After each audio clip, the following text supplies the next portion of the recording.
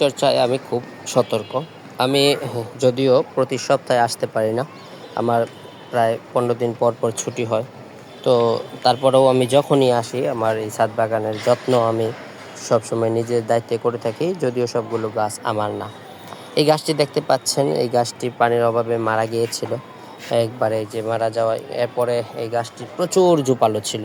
তারপর প্রথমে আমি প্রায় 2-3 মাস আগে এই জায়গাটা আমি কেটে দিয়েছিলাম, তারপরে এতগুলো ডাল হয়েছিল। পানির অভাবে এই ডালগুলো আবার মরে গিয়েছিল। তারপর কিছুদিন আগে আমি আবার এগুলো পুনি করে দিয়েছি। এই পুনি করার কারণে, এই কাটিং করার কারণে কি হলো, আবার নতুন করে সজীবতায় ফিরে আসলো এই বড়ই গাছটি। আশা করি সামনের বছর এখানে ফল আসবে। তো এটা হলো আমাদের একটি পুদিনা গাছ। এখানে একটি কমলা অথবা একটি লেবু গাছ হয়েছে। এটারও যত্ন ছিল না। এই যে আলু গাছে পোড়া জায়গাটাই ছিল, এখানে এই ঘাসগুলো ছিল, তো আমি সবগুলো মোটামুটি কেটে শুধু এটাকে রেখেছি। এটা আমার হচ্ছে খেজুর গাছ।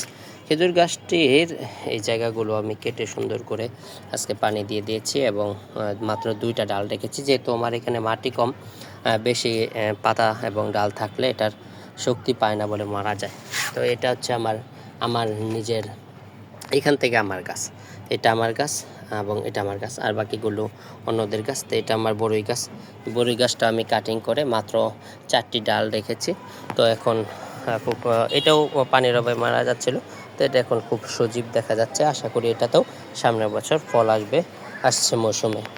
এটা আমি একটি বনসাই করার জন্য বট গাছ রেখেছি। তো এটা মোটামুটি খুব সুন্দর, বৃষ্টির সময় এখানে খুব সবুজ শ্যাওলা জমেছিল, কিন্তু এখন আবার নাই। মাটির অভাবে ঢাকা শহর যতটুকু পারি, কিছু আপনার লিলি ফুল গাছ আছে, এখানে কেটে আমি এত সুন্দর করে এটাকে চেষ্টা করতেছি একটি বনসাই বানানোর জন্য।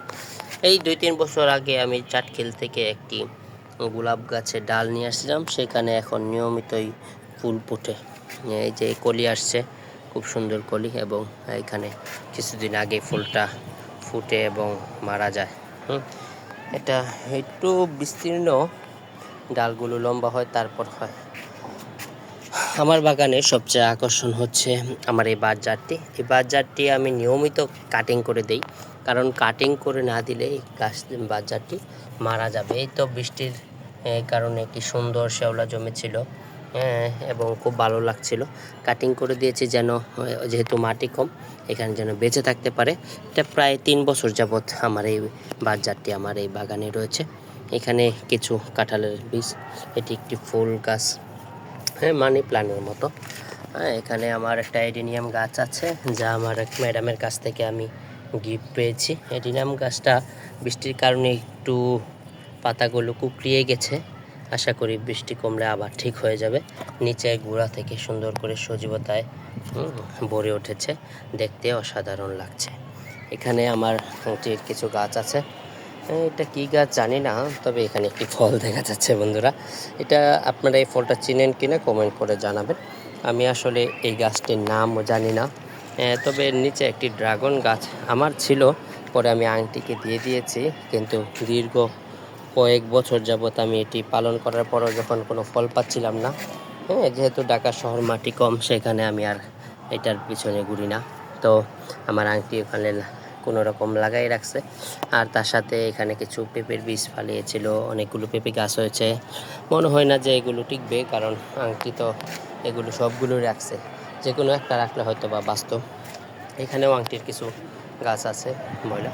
তো বন্ধুরা, আমার বাগানে আমার মা চাষ করেছে অসাধারণ, বর্তমান বাজারের সবচেয়ে দামি সবজি, প্রায় 80 থেকে 100 টাকা কেজি। আপনারা হয়তো বা জানেন, এটির নাম হচ্ছে করলা।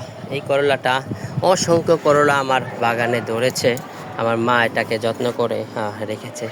আমি কিছুদিন আগে আমার এখানে একটা দুন্দুল গাছ ছিল, দুন্দুলের ফুল না আসায় আমি দুন্দুল গাছটা কেটে দিয়েছি। এখানে একটা কচু গাছ আছে, যদিও বেশি আসলে যত্ন না নেওয়ার কারণে কচু গাছটা মারা যাচ্ছে।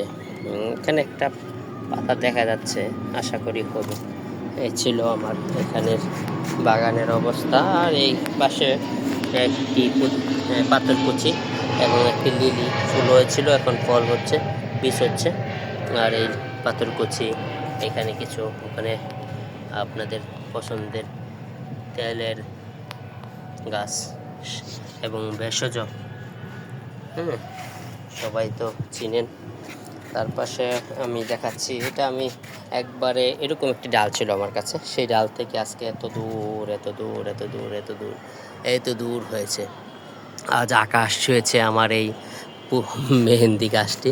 মেহেন্দি গাছে একটি পোকাটা চলে গেল আমাকে দেখে। তো বন্ধুরা, এই ছিল আমার বাগানের সর্বশেষ গাছ, আমার মেহেদি গাছ। তো ছাদ বাগানে আসলে সময় করে ঢাকা শহরে করতে পারলে দেখতে ভালো লাগে। বিকালবেলা আজ শুক্রবার আমি ছুটি পেয়েছি, তাই আমার বাগানটা আপনাদেরকে ঘুরে দেখালাম। ধন্যবাদ। আসসালামু আলাইকুম।